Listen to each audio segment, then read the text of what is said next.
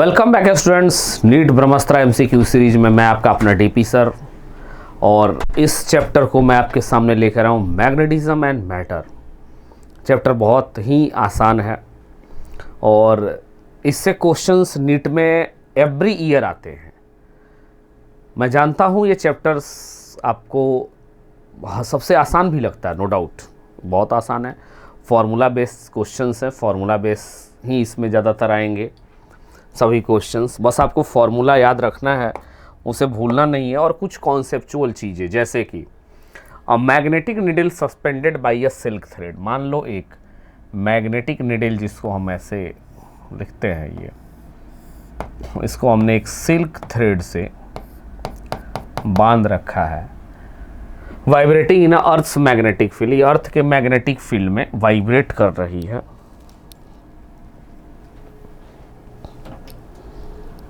अर्थ के magnetic field में मान लो ये वाइब्रेट कर रही है, ये this is magnetic field. If the temperature of needle, अगर मान लो टेम्परेचर हमने बढ़ाया तो टेम्परेचर बढ़ाने से मटेरियल डीमैग्नेटाइजेशन में चला जाता है, डीमैग्नेटाइज होता है। और वो कह रहा है वेरी हाई टेम्परेचर, अगर बहुत ज़्यादा टेम्परेचर बढ़ा दें सो इट विल डीमैग्नेटाइज। चूँकि ये मैग्नेटिक फील्ड में है, मैग्नेटिक निडल है और मैग्नेटिक फील्ड के अंदर है, तो ये तो वाइब्रेशन शो करेगा। लेकिन अगर ये डीमैग्नेटाइज हो जाएगा तो फिर ये वाइब्रेट करेगा ही नहीं, क्योंकि टेम्परेचर बढ़ाने से needle will demagnetise.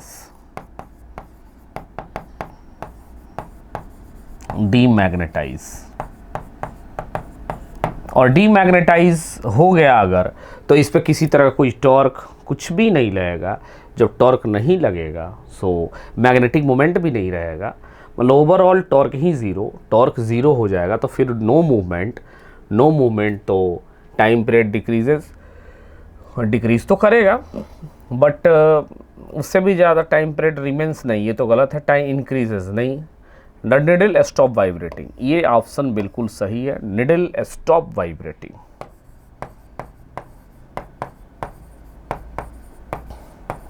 stops vibrating.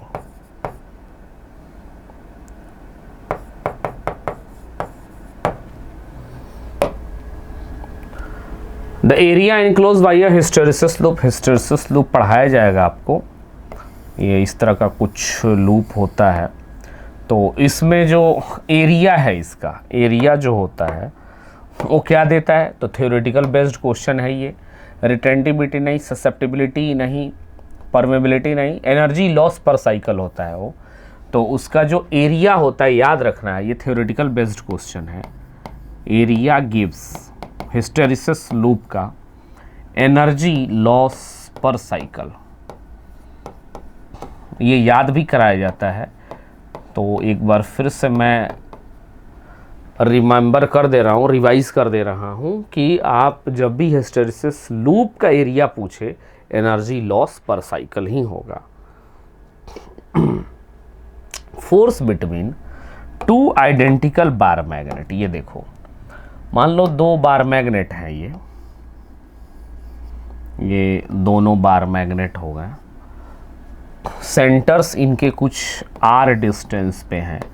तो आपको फोर्स निकालने का क्या तरीका है, minus D you by D R. तो अगर इलेक्ट्रोस्टैटिक में दो डाइपोल होते हैं, उनके बीच का फोर्स जब हम निकालते हैं तो क्या होता है, minus time 6K P1 P2 upon R का पावर 4। ये तो इलेक्ट्रोस्टैटिक में है, इलेक्ट्रोस्टैटिक, बट ये तो आपका इलेक्ट्रोस्टैटिक है नहीं, ये तो मैग्नेटिज्म एंड मैटर है। तो इसमें भी फोर्स निकालते हैं, इन दोनों के चलते जो फोर्स होगा सिर्फ इसमें एलिमिनेट कर दो, -6 रहेगा ही। ये कैसे, पी कॉस थीटा से ये डेरिवेशन आएगा, पी कॉस थीटा रखेंगे, फिर थीटा तो चेंज नहीं होगा, थीटा 0 डिग्री, और पी आपका डाइपोल है, ई हमें निकालना पड़ेगा, तो 2kp अपॉन आर क्यू, और आर क्यू को डिफ्रेंशिएट करेंगे तो ये -6 अगेन आएगा। तो -6 ये mu naught by 4 pi m1 m2 upon R का पावर 4। ये यहाँ फॉर्मूला याद रखना है। इन मैग्नेटिज्म दो डाइपोल के बीच और दो बार मैग्नेट के बीच ये फोर्स आएगा। तो अगर इस फोर्स की वैल्यू r डिस्टेंस पे 4.8 है तो कह रहा है 2r डिस्टेंस पे कितना होगा। ठीक है भाई, तो 2r डिस्टेंस पे मान लिया मैंने f डैश है -6 म्यू0 बाई 4 पाई। m1 m2 तो सेम ही रहेंगे अपॉन ये 2r का पावर 4 होगा। तो ये हो जाएगा 2 पावर 4 16, मतलब 4.8 upon 16 that is the 0.3 newton. 0.3 newton ही होगा, सही है। एक बार और चेक कर लेते हैं हम लोग।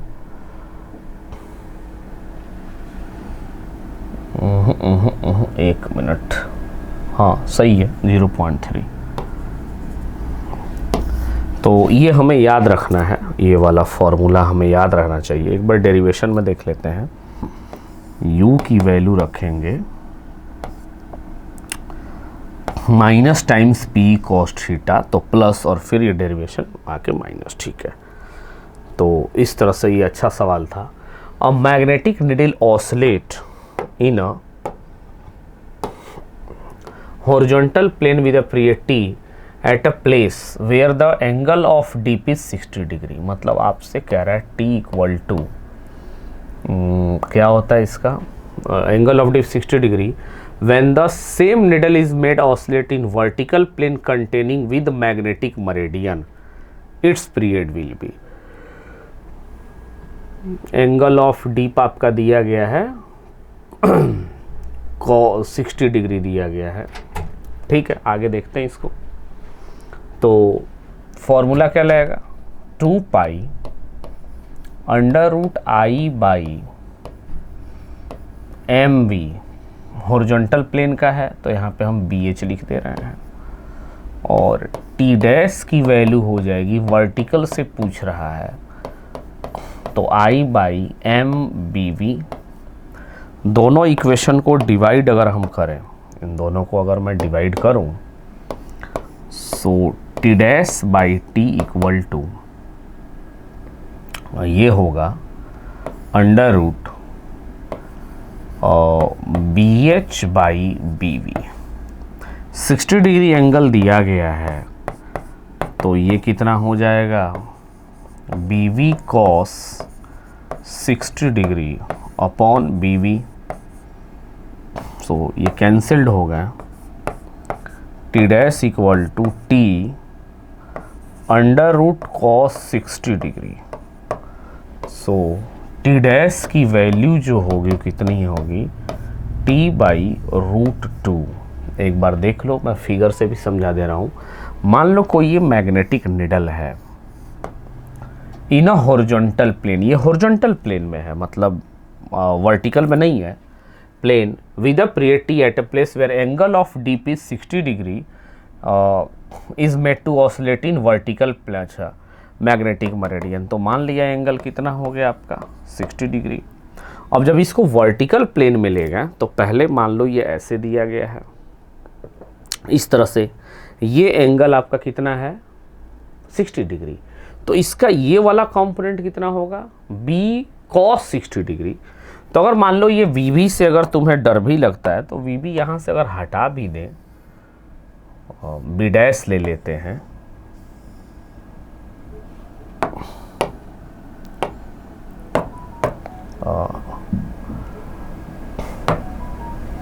ये M, इसको हम लोग B डैश ले लेते हैं। एक मिनट, ये चला गया B डैश। तो B डैश की वैल्यू कितनी, B cos 60 डिग्री। इसको हम लोग B cos 60 कर दे रहे हैं। मान लो BB वगैरह में अगर B और ये हो गया आपका B, तो ये this is the B dash. तो B cos 60, B से B कैंसिल हो गया, सो T बाई अंडर रूट 2, यानी option number first is correct one. A bar magnet of length 10 centimetre, एक बार मैग्नेट ले लो, इसकी लेंथ है 10 सेंटीमीटर। ये अच्छा सवाल है। हैविंग द पोल स्ट्रेंथ, मतलब स्मॉल m से लिखते हैं, this is the pole strength 10 power -3 kept in a magnetic field, magnetic field में रखा गया है कितना, 4 pi into 10 power -3 tesla. It makes an angle 30 degree with the direction magnetic induction. ठीक है, तो हमसे क्या पूछ रहा है, हमसे पूछ रहा है the value of torque. Torque की वैल्यू क्या होती है, तो टॉर्क याद करो, ये होता है m क्रॉस b। अगर कायदे की बात करें तो m cross b, m magnetic moment है, तो ये हो गया एम बी साइन थीटा, और साइन थीटा कितना दिया, 30 डिग्री, मतलब m और b के बीच का एंगल ही तो है। It makes 30 degree angle with the direction of magnetic induction, यानी मैग्नेटिक फील्ड। सो टॉर्क की वैल्यू m क्या होता है, m होता है पोल स्ट्रेंथ इंटू मैग्नेट का लेंथ, तो ये हो जाएगा 10 power -3 into 10 into 10 power -2, metre में बदल दिया, इंटू 4 पाई 10 पावर -3 इंटू 1/2। कुछ ज़्यादा खतरनाक आ रहा है क्या, ये 2 हो गया। So torque equal to 2 pi 10 power -3 10 power -3, तो ये हो जाएगा आपका सीधे 10 power -7 newton metre is the right answer, यानी ऑप्शन नंबर आपका फर्स्ट ही करेक्ट हो रहा है। अब मैग्नेट ऑफ लेंथ 0, फिर से सवाल आ गया मैग्नेट ऑफ लेंथ का। तो मान लो एक मैग्नेट बना दिया मैंने, इसकी लेंथ कितनी है 0.1 मीटर, पोल स्ट्रेंथ दिया गया, यानी स्मॉल m, फिर से 4 ampere metre. If it is making an angle 45 degree with the direction of uniform, फिर थीटा भी दे दिया आपका 45, और मैग्नेटिक फील्ड ये हो गया आपका वेबर में दे दिया है, वेबर भी, वेबर पर मीटर स्क्वायर भी आपका मैग्नेटिक फील्ड की यूनिट है वो। टॉर्क फिर से पूछ रहा है, तो टॉर्क बराबर अभी लिखे M B sine theta, M कितना दिया गया है, एम इंटू एल कर दो, तो M into L into B into theta कितना 1/√2 कर दो, sine 45। So torque equal to m 4 into 0.1 into 4 into 1/√2, तो कैसे होगा 1.6 इंटू 1/√2। अब देखते हैं, थोड़ा सा आपको यहाँ दिमाग लगाना पड़ेगा कैलकुलेशन में। √2 से ऊपर नीचे मल्टीप्लाई कर दो, तो एक काम यहीं पे कर लो, ये √2 और ऊपर भी √2, ये दोनों 2, ये 0.8 इंटू 1.414, तो कितना होगा, एक मिनट, 32, एक मिनट, ये 8 चौका 32, 3 11 1 8 चौका 32, फिर 1 33, तो 1.13 के आसपास आ रहा है, यानी 1.13 इज द राइट आंसर आपका। तो आप देख लीजिए, ये आ रहा है आपका 1.13, option number first is correct one. A short bar magnet produces magnetic field of equal induction at 2 points. One the axial and other is equatorial. Okay. फिर से फॉर्मूला बेस्ड है ये, एक्सियल में कितना होता है, जैसे वहाँ होता है 2kp/r³, क्या होगा 2μ0/4πm/x1 का क्यूब ले लेते हैं, या r1 का क्यूब ले लो। इक्वेटोरियल पे इधर होगा μ0/4πm 1 एक्सियल लाइन, m तो सेम ही रहेगा ना, हाँ 4πr2 का क्यूब।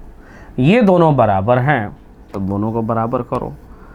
μ0/4πm/r2 का पावर 3 इक्वल टू 2μ0/4πm/r1 का क्यूब। ये दोनों कैंसिल्ड ही हो गए, m से m भी कैंसिल्ड हो गया। r1/r2 इक्वल टू 2:1/3:1, यानी option number 3 is correct one. आप देख सकते हैं, ये अच्छा सवाल है, ये भी बिल्कुल परफेक्ट है। नेक्स्ट क्वेश्चन क्या कह रहा है, the north pole of earth magnetic field is near the geographically. Earth magnetic field मतलब अर्थ मैग्नेटिज्म है। एक्चुअली अगर मैग्नेट है ना, और ये आपका मान लो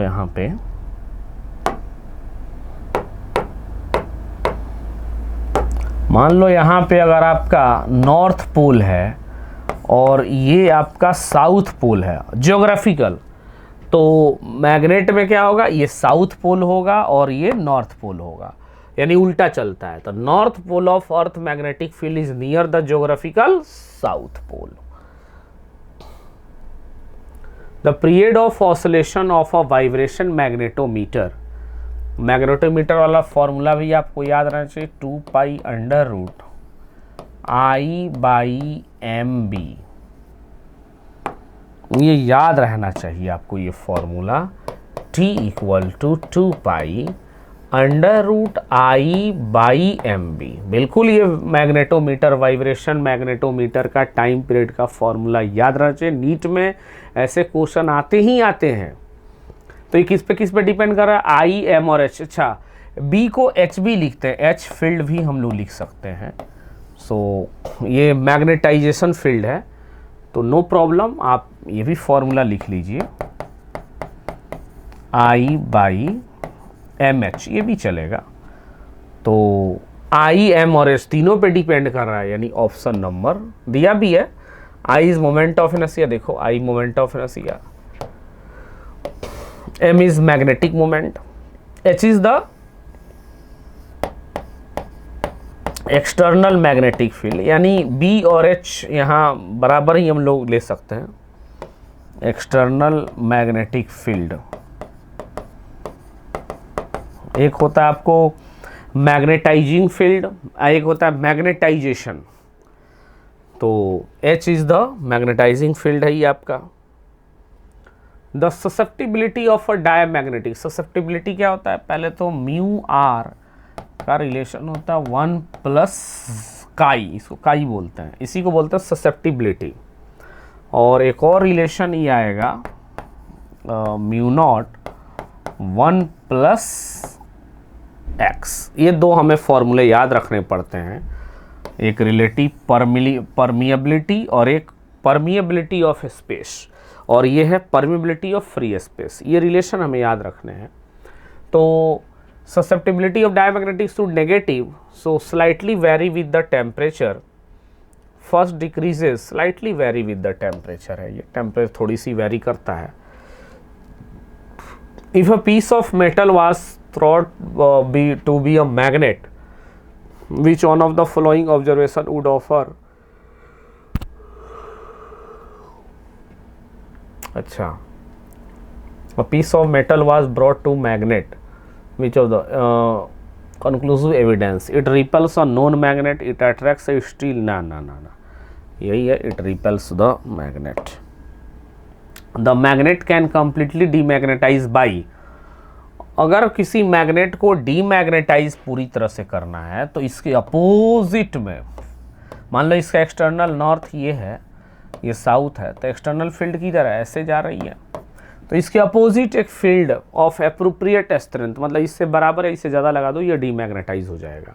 या तो टेम्परेचर काफ़ी हाई कर दो, तो हीटिंग स्लाइटली नहीं, हीटिंग हाई, तो ये नहीं होगा। डोपिंग इट नहीं, ये भी नहीं होगा, डोपिंग इनटू कोल्ड। और रिवर्स फील्ड ये सही है। अब ब्रेकिंग मैग्नेट नहीं, ब्रेकिंग मैग्नेट करने से मैग्नेटाइजेशन फील्ड पे कोई इफेक्ट नहीं करेगा, वो सेम ही है। So option number 3 is correct one. The angle of deep eight a place of the earth gives the horizontal component, the location of geographical meridian, the vertical component of earth, the direction of earth, ये देता है। कहीं भी अगर angle of dip है ना, angle of dip का मतलब क्या है, जैसे ये आपका मान लो ये फील्ड यहाँ से निकली, ये नॉर्थ हो गई, ये साउथ हो गई, यहाँ से फील्ड निकली, तो ये जिस एंगल पे यहाँ अर्थ पे जा रही है हॉरिजॉन्टल से, ये जिस एंगल पे जा रही है अर्थ पे, तो एक हॉरिजॉन्टल हम बनाते हैं और अर्थ के ऊपर वर्टिकल ऐसे बना लो। जहाँ हॉरिजॉन्टल बनाओ उससे 90 डिग्री पे वर्टिकल बनाओ। थोड़ा और अच्छा से मैं बता दूं, मान लो ये अर्थ हो गई, ध्यान से देखो,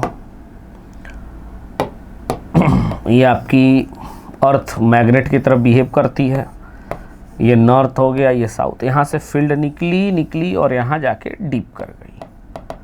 तो अर्थ जहाँ फील्ड जाके जहाँ डीप करती है, तो direction of earth magnetic field, ये उस जगह पे एक्चुअल में डायरेक्शन दे रही है एंगल ऑफ डीप की, इतने एंगल पे ये डीप कर गई, तो it is gives the direction of magnetic field. तो ऑप्शन 4 बिल्कुल सही है।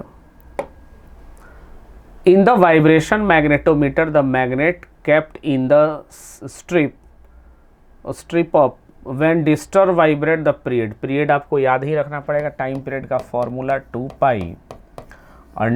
√I/MB या MH, जो अभी मैंने लिखा था, दोनों ही है, तो एक ही ऑप्शन आपका टाइम पीरियड का दिख रहा है। A bar magnet is placed in the north south direction. अच्छा, बार मैग्नेट आपको ऐसे रखा गया है, नॉर्थ साउथ डायरेक्शन रखा गया, मान लो ऐसे नॉर्थ साउथ, ठीक है। Its pole to the with its north pole to the north, ठीक है, साउथ, ओके, कोई दिक्कत नहीं है, यहाँ तक सही है।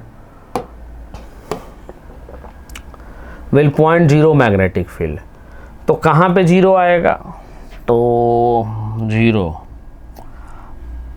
A bar magnet is placed in the north south direction which its north pole to north, in which direction from the center of bar magnet से चलते हैं।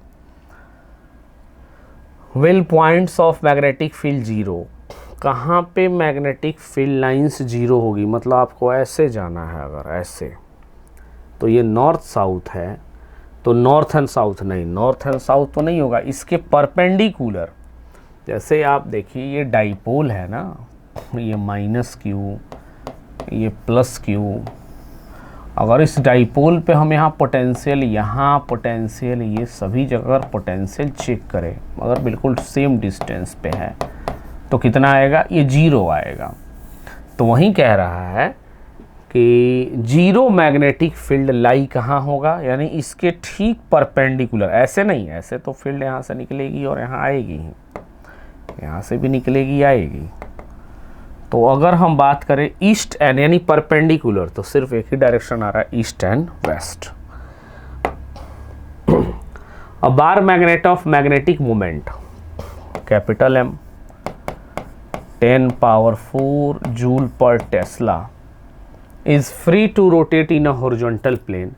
The work done in rotating the magnet slowly from direction parallel. अच्छा, work done का formula अगर हम निकालें तो कितना, -P cos theta from the field,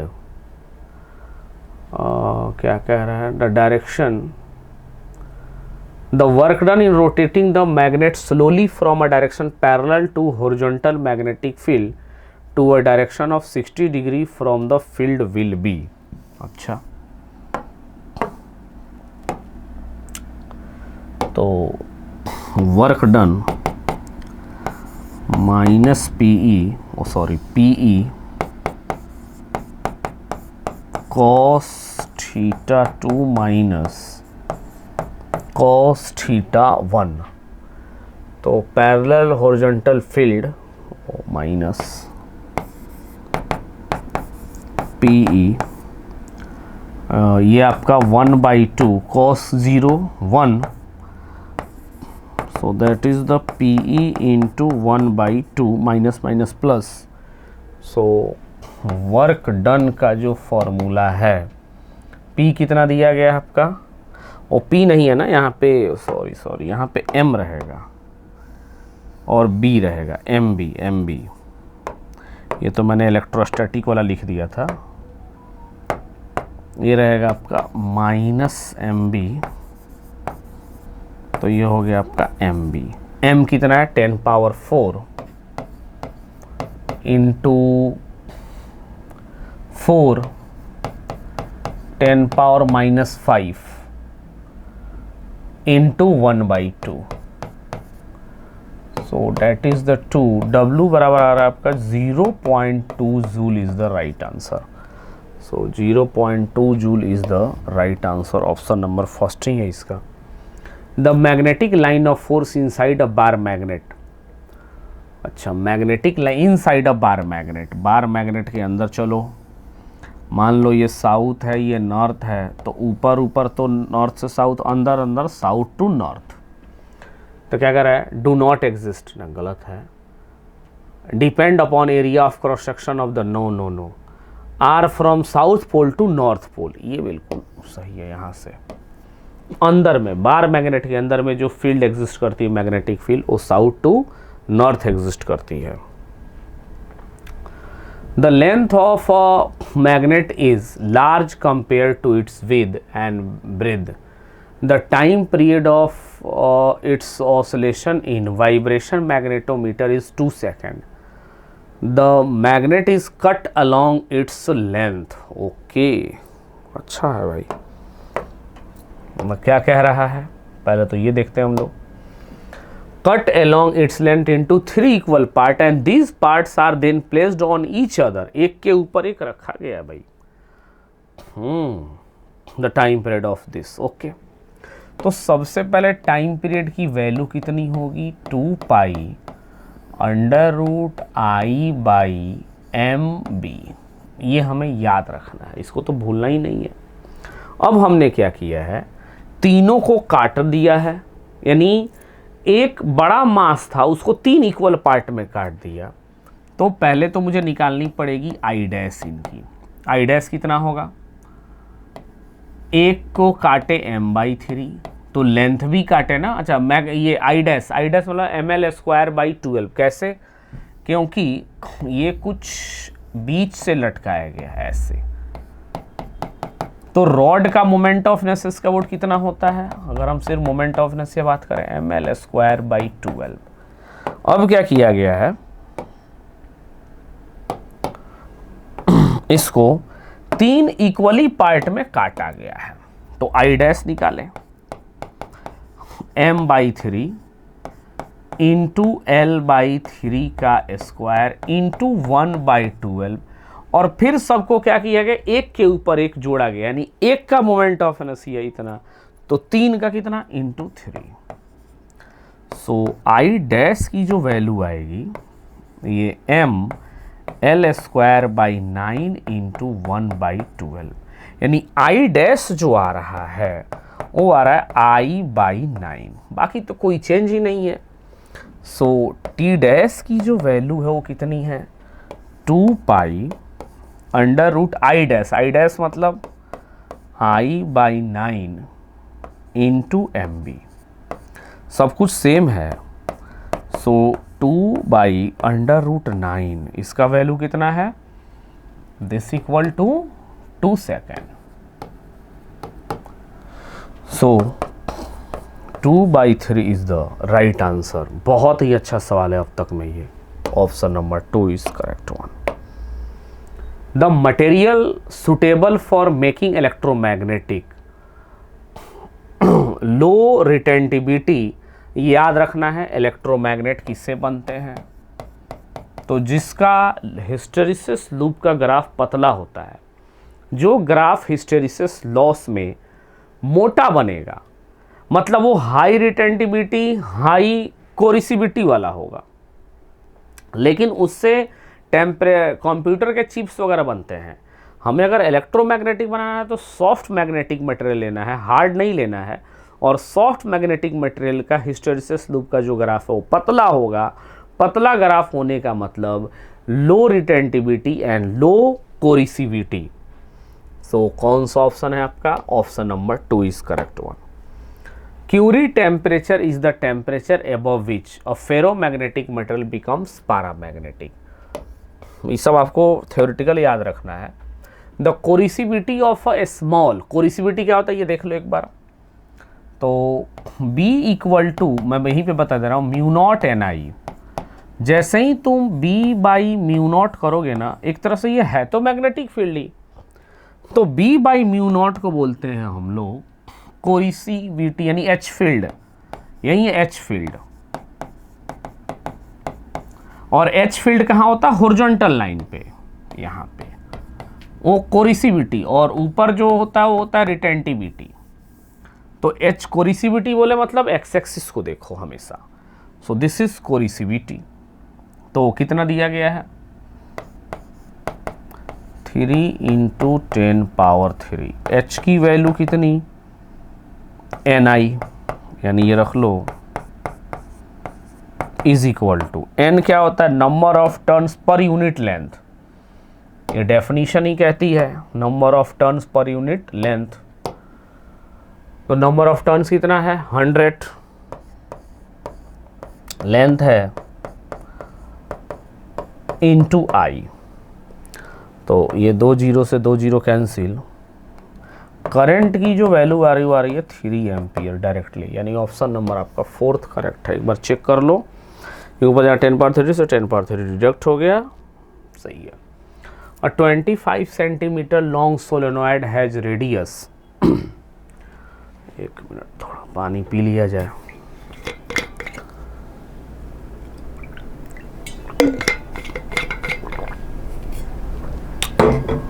देखो इधर, 25 सेंटीमीटर लॉन्ग सोलेनॉइड, ये 25 सेंटीमीटर लॉन्ग सोलेनॉइड है और रेडियस इसकी कितनी है, 2 centimetre.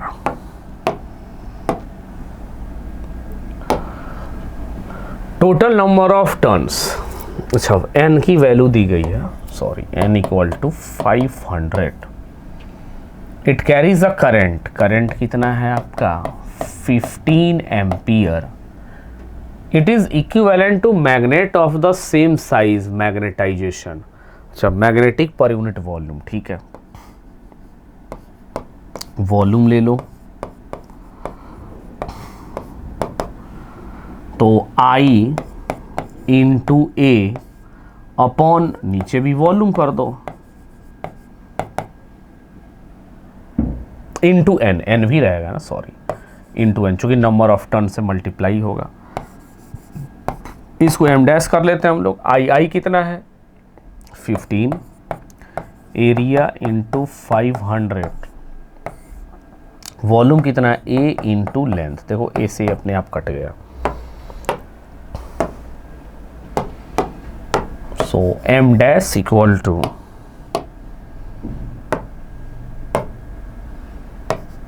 Equal to 15 into 500 upon 25 centimetre into 10⁻⁻²।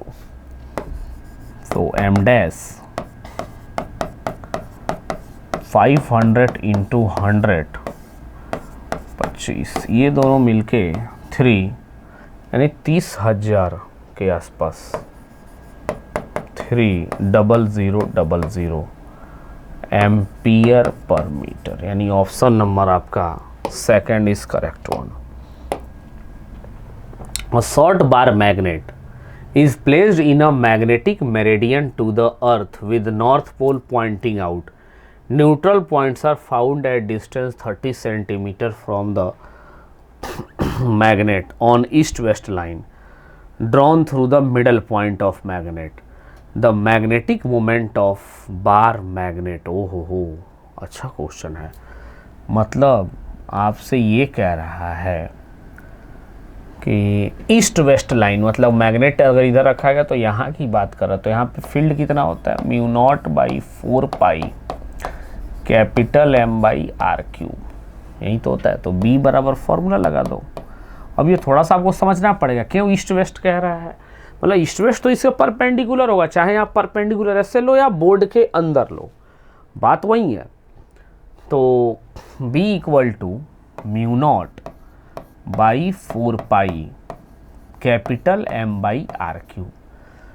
B की वैल्यू कितनी दी गई है, B की वैल्यू नहीं है क्या,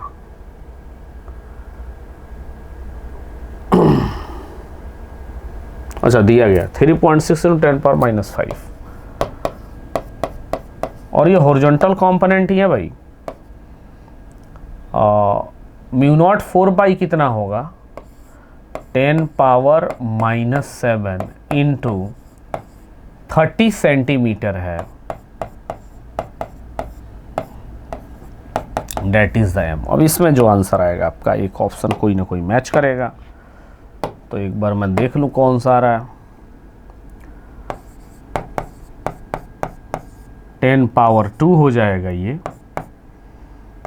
और 27 इंटू 10⁻⁻3, एक 0 से एक 0 कैंसिल। अब देख लो कौन सा है, 27 और 36 मल्टीप्लाई कर लो, तेरे 9 ओ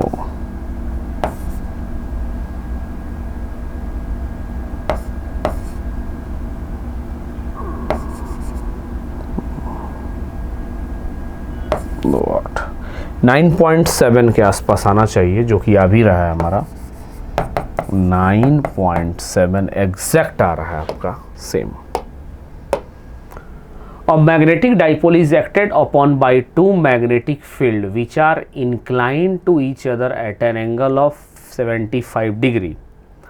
One of field has magnitude of 15 millitesla. The dipole attains stable equilibrium at an angle 30 degree with the field. The magnitude of other field. मान लो इस तरह का दिया गया है, ये हॉरिजॉन्टल है,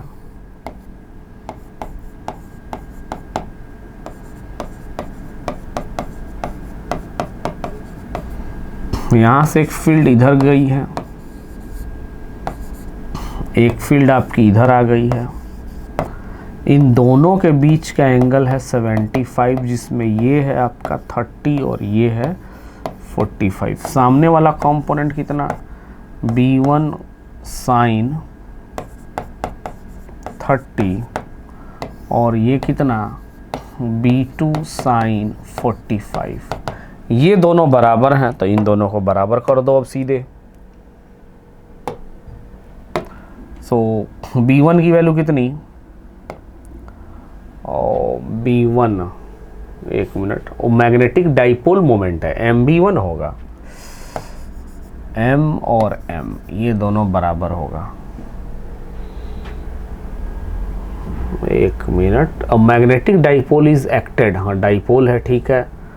magnetic field are one of the field, ओ ये तो B1 ही रहेगा, ठीक है ठीक है। अब इससे जो टॉर्क डेवलप होगा वो कितना होगा, M into B1 sine 30 degree, क्योंकि डाइपोल में टॉर्क डेवलप होगा जब हमें डाइपोल को रखेंगे किसी मैग्नेटिक फील्ड में, और ये MB2 साइन 45 डिग्री।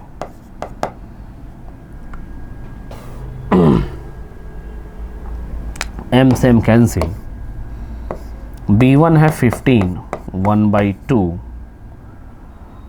और ये चला जाएगा आपका √2 बराबर B2 हमें निकालना है।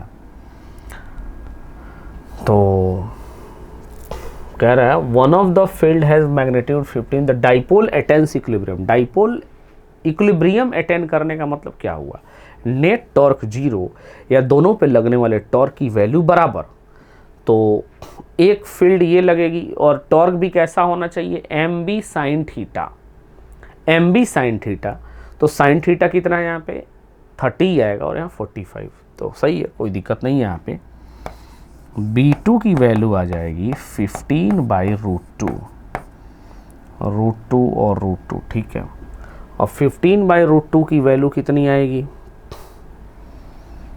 तो लगभग 10 से 11 के आसपास तो आना चाहिए, चूँकि 1.414 और 15 ऊपर, यानी ये 11 के आसपास आएगा।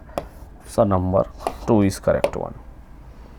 और magnetic dipole in a constant magnetic field has, पहले तो magnetic dipole moment in a constant torque कितना होगा, एम बी साइन थीटा इतना होगा। तो when the torque is maximum, अगर टॉर्क मैक्सिमम होगा तो थीटा कितना 90, तो उसका पोटेंशियल एनर्जी की वैल्यू कितनी होगी, -mb cos थीटा। और जैसे ही थीटा 90 रखोगे सो पोटेंशियल एनर्जी बिकम्स 0। तो ऑप्शन नंबर 1 ही सही है। बाकी हमें minimum potential energy when the torque is maximum, नहीं वो 0 ही होगा। Maximum potential energy and torque is maximum, no. हाँ, यही है हिस्टेरिसिस। अगर ये ज़्यादा हिस्टेरिसिस लूप, अगर ये ज़्यादा मोटा होगा ग्राफ तो हम बोलेंगे वो हार्ड मैग्नेटिक मटेरियल है, और अगर वो ग्राफ पतला होगा तो उसको हम बोलते हैं सॉफ्ट मैग्नेटिक मटेरियल, जो कि इलेक्ट्रोमैग्नेट होता है। तो BH कर्व ये होता है, देखो H फील्ड, ये भी मैग्नेटिक फील्ड ही है, और ये है मैग्नेटिक फील्ड, और इसको बोलते हैं एक्सटर्नल मैग्नेटिक फील्ड या H फील्ड। तो BH कर्व ऑफ, जब भी कोरिसिविटी देखना है तो इस एक्सिस पे देखना, रिटेंटिविटी देखना है तो यहाँ देखना। खैर अभी हमारा सवाल इससे अलग है, इसके पहले वाला सवाल हमने वो कर लिया था रिटेंटिविटी वाला। The ferromagnet is placed inside a long solenoid with 1000 turns, sorry N per centimeter. The current should be passed in the solenoid to demagnetize the ferromagnet is, मतलब पूरे साइकिल में डीमैग्नेटाइज होना है, मतलब इस H को पार करना पड़ेगा। तो B बराबर μ0 Ni, और B बाई μ0 को क्या बोलते हैं, H, that is the Ni, और H की वैल्यू कितनी है 100 is equal to into 10⁻² into I। So 100 से 100 ये काट ही दो ना सीधे, तो 1/1000 डेट इज I, यानी I equal to 1 milli ampere is the right answer. कोई है ऑप्शन में? तो अच्छा सवाल है ये भी, नीट लेवल पे बहुत ही बढ़िया क्वेश्चन है। A soft iron is placed in a external uniform magnetic field, तो size of domain will change and orientation, सही बात है। अगर फेरोमैग्नेटिक, सॉफ्ट आयरन का एक फेरोमैग्नेटिक सब्सटेंसेस है, और जब हम उसको मैग्नेटिक फील्ड में रखेंगे तो उसके डोमेन उसी तरफ अलाइन करेंगे, तो डोमेन तो ओरिएंटेशन चेंज होगा ही, एंड डोमेन भी साइज चेंज हो सकती है। तो सिर्फ साइज नहीं है, साइज ऑफ डोमेन नहीं, पहला ही ऑप्शन आपका बिल्कुल परफेक्ट है। क्योंकि ये कोई भी मान लो एक कॉलोनी है एक तरह की, ये फेरोमैग्नेटिक मटेरियल है, तो इसमें हम लोग कॉलोनी बना देते हैं। मान लो कई सारी कॉलोनीज हैं, ये इधर है, ये इधर है, ये इधर है, ये इधर है, ये इधर है। जैसे ही हम इस पे फील्ड लगाएंगे ना, एक्सटर्नल फील्ड, ये सारे लगभग अलाइन होंगे, फील्ड को सपोर्ट करेंगे, ऐसा बन जाएगा। तो हम मान सकते हैं कि इसके डोमेन्स की साइज बढ़ सकती है। साइज पे तो कमेंट नहीं कर सकते, लेकिन डोमेन का ओरिएंटेशन बिल्कुल चेंज होगा। तो option number 1 is correct.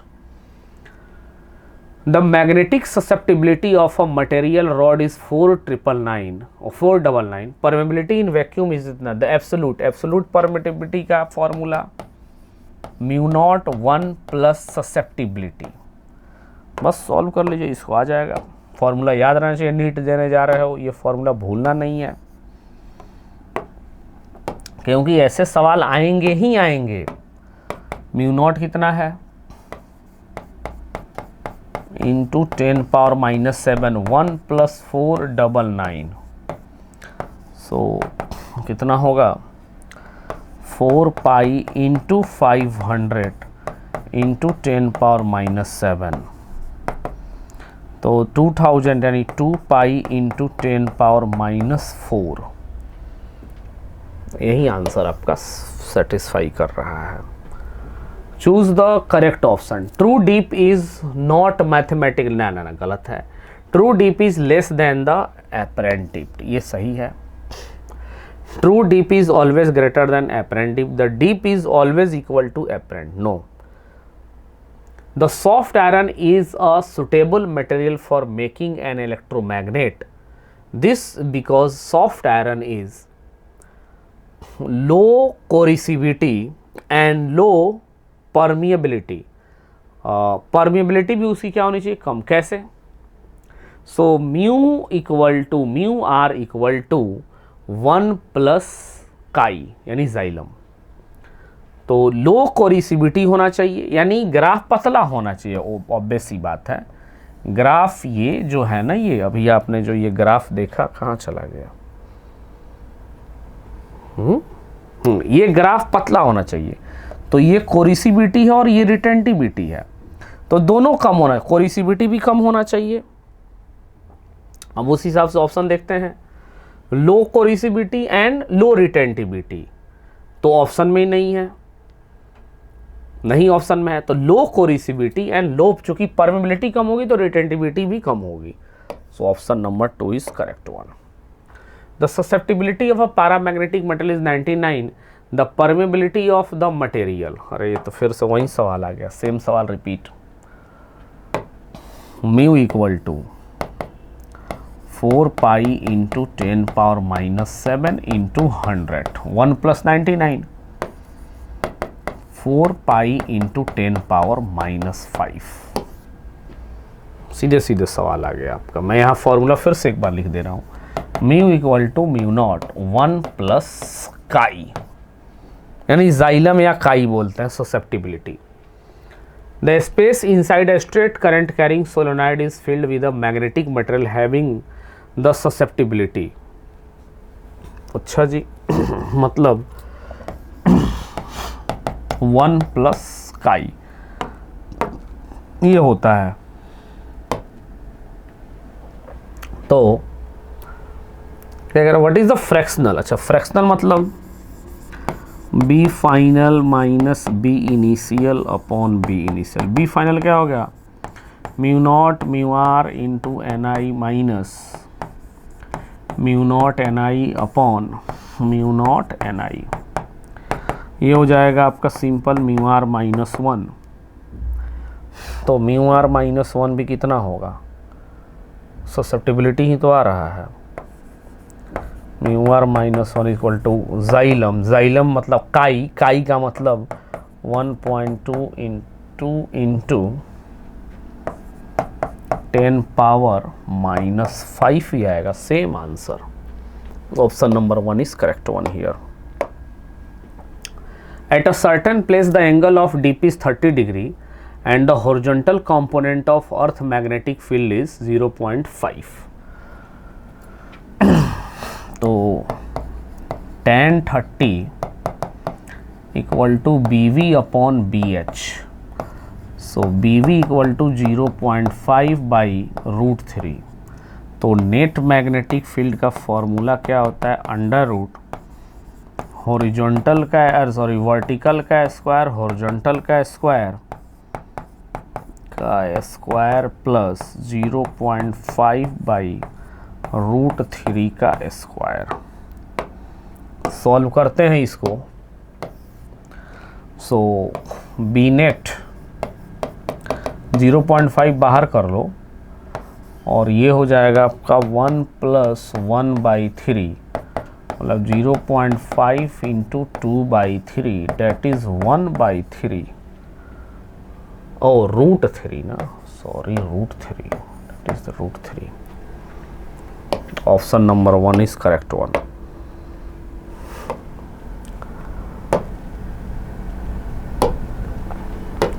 A bar magnet having a magnetic moment of 2.5 direction uniform magnetic field, the work done rotating the magnet slowly through 60 degree from direction to the direction of field. मतलब फिर से वहीं direct लिख लो MB और cos 1/2 -1 और फिर -1, तो ये हो जाएगा आपका 1/2 ही होगा डायरेक्टली. 2 × 10⁵ इंटू 14 × 10⁻⁻5 इंटू 1/2, ये कट गए. W बराबर 14 joule is the right answer. Formula वहीं लगेगा आपका -MB cos θ2 cos θ1. तो ये आपका आ गया 14 joule is the right answer. Already इस क्वेश्चन को करवा दिया गया है. 2 bar magnet oscillate in a horizontal plane Earth's magnetic field with time period. अच्छा, टाइम पीरियड वाला क्वेश्चन आ गया आपका. T = T1 ले लेते हैं. 2π√I by moment of I1 by M1B. तो T2 क्या होगा? 2π√I2 by M2B. अब दोनों का रेशियो क्या दिया गया है? तो T1/T2 टाइम पीरियड 3 और 4 दिया गया है, तो 3/4 कर दो. 2π से कैंसिल हो गया. ये चला जाएगा आपका I1 कितना दिया गया? I1 the ratio of moment, the moment of inertia in the ratio, ये 3I1 बाई ये बच गया आपका M1. और I2 कहाँ आएगा? I2 आपका दिया गया 2 और ये चला जाएगा M2. सो 9/16 3/2 M2/M1. ये कट गया 3, ये कट गया 8. So M1/M2 8/3 is the right answer. Option number 2 is correct one. बार पानी मैं पी लूँ अभी.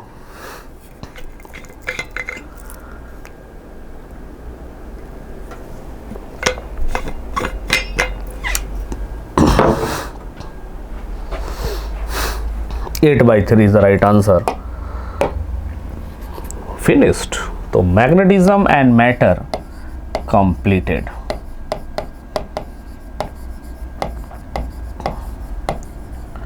कल हम बात करेंगे कंप्लीटेड.